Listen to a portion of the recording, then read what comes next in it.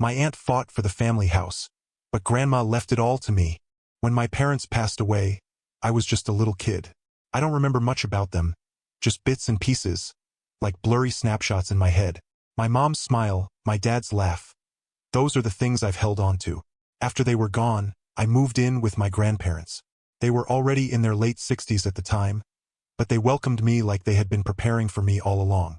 Grandpa was the strong, silent type. He didn't talk much, but when he did, it carried weight. He worked in construction for over 40 years and had hands that looked like they could crush bricks but were surprisingly gentle when he'd fix my toys or pat me on the shoulder. Grandma, on the other hand, was the classic caretaker. She cooked meals that made you feel hugged from the inside and always made sure I had everything I needed for school. They weren't rich, but they made a life for me. A good life. We lived in a small but beautiful two-story house in a quiet neighborhood in Ohio, the kind of place where everyone's lawn is perfectly trimmed, and you could hear kids playing basketball in the driveways after school. Our house had white siding and navy blue shutters. Grandpa kept the yard spotless, and Grandma had a garden out back where she grew everything from tomatoes to sunflowers. That garden was her pride and joy, and as a kid, I spent countless afternoons helping her pull weeds or water the plants. As the years went on, Grandpa started to slow down. He got arthritis in his hands, and eventually he couldn't keep up with the yard work. I took over mowing the lawn and trimming the hedges. I didn't mind. It felt like I was contributing, like I was stepping up for the family. Then, when I was about 16, Grandpa passed away. That was hard. It was just me and Grandma after that. Grandma and I fell into a rhythm. She understood that I was a teenager and needed my own space, but she also kept me grounded. She had this way of balancing things, never smothering me but always making sure I knew she was there if I needed her. Her cooking got me through high school. I come home to the smell of roast chicken or baked ziti, and it felt like the best part of my day. Grandma had another daughter, Bella. Bella was my aunt, though she never really felt like one. She lived out in California, and the only time we heard from her was on birthdays. Even then, her calls were rushed, like she was checking a box. She had 2 daughters, my cousins, though I wouldn't recognize them if I passed them on the street. Bella never visited, and the older I got, the more I resented her for it. Grandma never said anything bad about her, but I could tell it hurt her that Bella stayed away. I graduated college and got a job as a graphic designer for a small agency in town. It wasn't glamorous, but it paid the bills and I liked the work. A lot of my friends moved out to bigger cities after college, but I stayed. Grandma was in her 80s by then, and there was no way I was leaving her alone. She had slowed down a lot, and her health wasn't great, but she still got around okay. I'd help her with the heavy lifting, groceries, cleaning, stuff like that, but she was still as sharp as ever. She read the newspaper every morning and could destroy me in Scrabble any day of the week. On my birthday, September 25th, I decided to keep things simple. I set the table in the dining room with Grandma's favorite blue and white china. She made her famous pot roast, and I picked up a small chocolate cake from the bakery downtown. We sat down to eat, and it was one of those moments where everything felt right. Just me and her, laughing about some story she told about her younger days. Then the phone rang. It was Bella. I hadn't heard her voice in over a year, but she sounded the same. Polished, like she was trying too hard to come across as warm. She wished me a happy birthday, and we exchanged some small talk. Grandma was sitting across from me, and I could see her face change as she listened to Bella's voice through the receiver. When Bella asked to speak to her, Grandma's smile faltered for just a second. I handed over the phone, and Grandma took it. She didn't say much, just a lot of and I see. Then, out of nowhere, she said, "Well, Bella, I don't know if I'll make it to see another birthday, but I'm glad you called this year." Her voice was steady, but I knew her well enough to catch the hint of sadness behind her words. I could only hear one side of the conversation, but Bella's tone shifted after that. She got all concerned, asking about Grandma's health and whether she'd been to the doctor.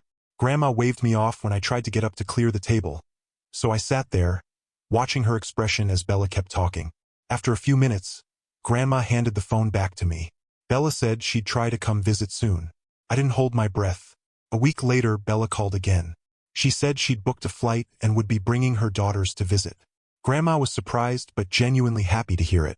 She started talking about cleaning the guest room and baking Bella's favorite cookies, oatmeal raisin. I helped her spruce up the house, though I had a weird feeling about the whole thing.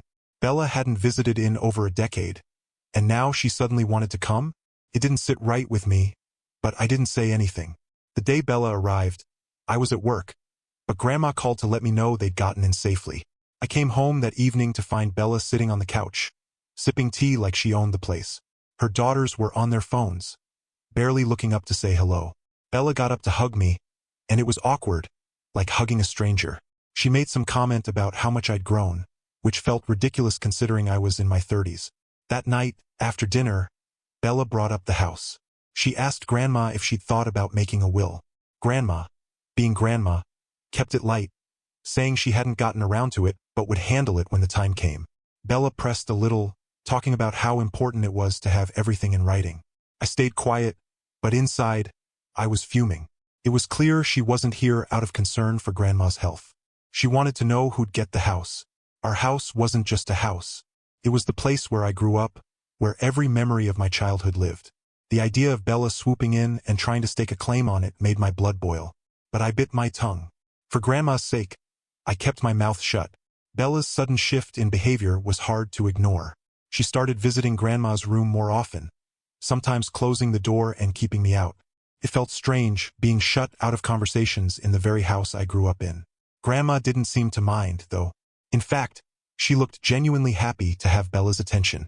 Despite everything that had happened over the years, she still loved her daughter deeply. I think, in some way, she'd been waiting for Bella to step back into her life like this. But it didn't take long for me to notice what Bella's visits were really about. Whenever I was around, I could feel her watching me, sizing me up like I was some kind of obstacle. And then there were the moments when she'd steer conversations toward the future. Not hers or mine, but Grandma's.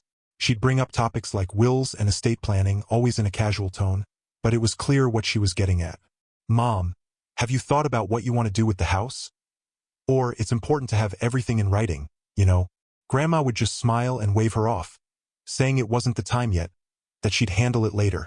I tried to convince myself that Bella was just being practical, but deep down, I knew better. I could see it in the way her daughters acted too. They were polite enough, but their interest in Grandma felt forced. They'd sit with her for a few minutes, scrolling on their phones the entire time, and then disappear back into the guest room. It was obvious they didn't want to be there. Once, I overheard one of them complaining about missing a party back home. Bella snapped at her to show some respect for her grandmother, but it was clear her heart wasn't in it either. Things escalated when I found out Bella had consulted a lawyer. I came across some paperwork on the kitchen counter one morning while Bella was out. It wasn't explicit, but it was enough to piece together what she was planning. The lawyer had explained that even if Grandma didn't leave a will, Bella could still contest the inheritance and potentially claim part of the house in court. That part didn't surprise me. What hit me was realizing how far Bella was willing to go. She wasn't just here to reconnect with Grandma. She wanted the whole house, and she was willing to play the long game to get it. One evening, I overheard her on the phone with her husband. I hadn't meant to eavesdrop, but the way she was talking caught my attention. Her voice was low, almost conspiratorial. "I'm here now," she said, "and honestly, Mom's health is worse than I thought. I'm hoping she'll transfer the house to me outright. If not, we'll have to figure something out." There was a pause. Then she added, "The girls are being difficult. They don't want to spend time with her, and I'm trying to force them, but it's not working. Maybe you can talk to them? They'll listen to you." Hearing that made my stomach turn. Bella wasn't here out of love or concern. She was here to secure her claim. She was even using her daughters to make it look like she cared more than she actually did. I stood there in the hallway, frozen, trying to process what I just heard. Part of me wanted to march into the room and confront her, to tell her I knew what she was up to. But another part of me hesitated. Grandma didn't need that kind of stress. She was already dealing with enough, and the last thing I wanted was to make things harder for her. For the next few days, I kept my distance from Bella as much as possible. I didn't want to give her any reason to think I was onto her. At the same time, I started paying closer attention to how she interacted with Grandma. She'd bring her tea, help her with small tasks, and make a show of being the doting daughter. Grandma seemed to eat it up, smiling and thanking her every chance she got. It hurt to see how easily Bella could manipulate her, but I couldn't blame Grandma for wanting to believe the best about her own daughter. I spent a lot of time wrestling with what to do. Should I tell Grandma what I'd overheard? Should I let her know that Bella's sudden interest wasn't as genuine as it seemed? Or would that just upset her more? In the end, I decided to keep quiet. As much as it killed me to stay silent, I didn't want to add to Grandma's worries. She'd been through enough in her life, and if this made her happy, even temporarily, who was I to take that away? Still, I couldn't shake the feeling that I needed to do something. I started researching inheritance laws, trying to understand what Bella could and couldn't do. I even looked into the possibility of having a private conversation with a lawyer myself. If nothing else, I wanted to be prepared for whatever might come next. The house wasn't just a building to me. It was my home, the place where I'd grown up, the place that held every memory of the people who had cared for me. I wasn't about to let Bella take that away without a fight. As the days went on, Bella's behavior grew more calculated. She started suggesting changes around the house. Things like updating the decor or moving furniture to make it more comfortable for Mom. It was clear she was already imagining herself living there. She even mentioned wanting to take some of Grandma's antiques back to California, claiming they wouldn't go to waste if they were with her. Through it all, I kept my cool. I focused on taking care of Grandma the way I always had, making sure she was comfortable and happy. I knew I couldn't control what Bella did, but I could control how I responded. And if the time came when I needed to step up and protect what was ours, I'd be ready. One evening, Grandma was in an unusually cheerful mood. She smiled more than usual, shared some fond memories from her younger days, and wished us all a warm good night. None of us could have known it would be her last. She passed away peacefully in her sleep that night. When I found her the next morning, she looked serene, as if she'd simply drifted off to a better place. It was comforting to know that she hadn't suffered, but the loss hit hard. The days leading up to the funeral were a whirlwind of emotions. Bella took charge of many of the arrangements, which surprised me. For a moment, it seemed like she was genuinely grieving. Her daughters were quieter than usual, their faces marked with sadness or perhaps something else. At the funeral, the house was filled with family, friends, and neighbors, all offering kind words about Grandma. She'd touched so many lives, and seeing that made me even more proud to have called her my grandmother. After the funeral, Bella's demeanor shifted. She acted as though she was already the rightful owner of the house, walking around and making comments about changes she might make. It was clear she believed there was no will, and as Grandma's daughter, the house would naturally go to her. I didn't say much, choosing to let her assumptions run their course. 2 days later, there was an unexpected knock at the door. A notary had arrived, carrying a folder in his hands. Bella, her daughters, and I were all home at the time. Bella greeted him with enthusiasm, clearly expecting good news. The girls looked curious but stayed quiet, while I simply watched, trying to stay calm.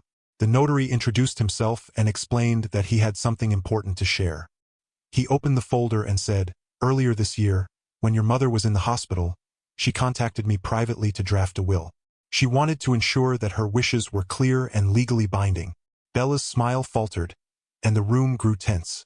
In her will, the notary continued, she expressed her gratitude for all of her family but made it clear who she believed should inherit her property.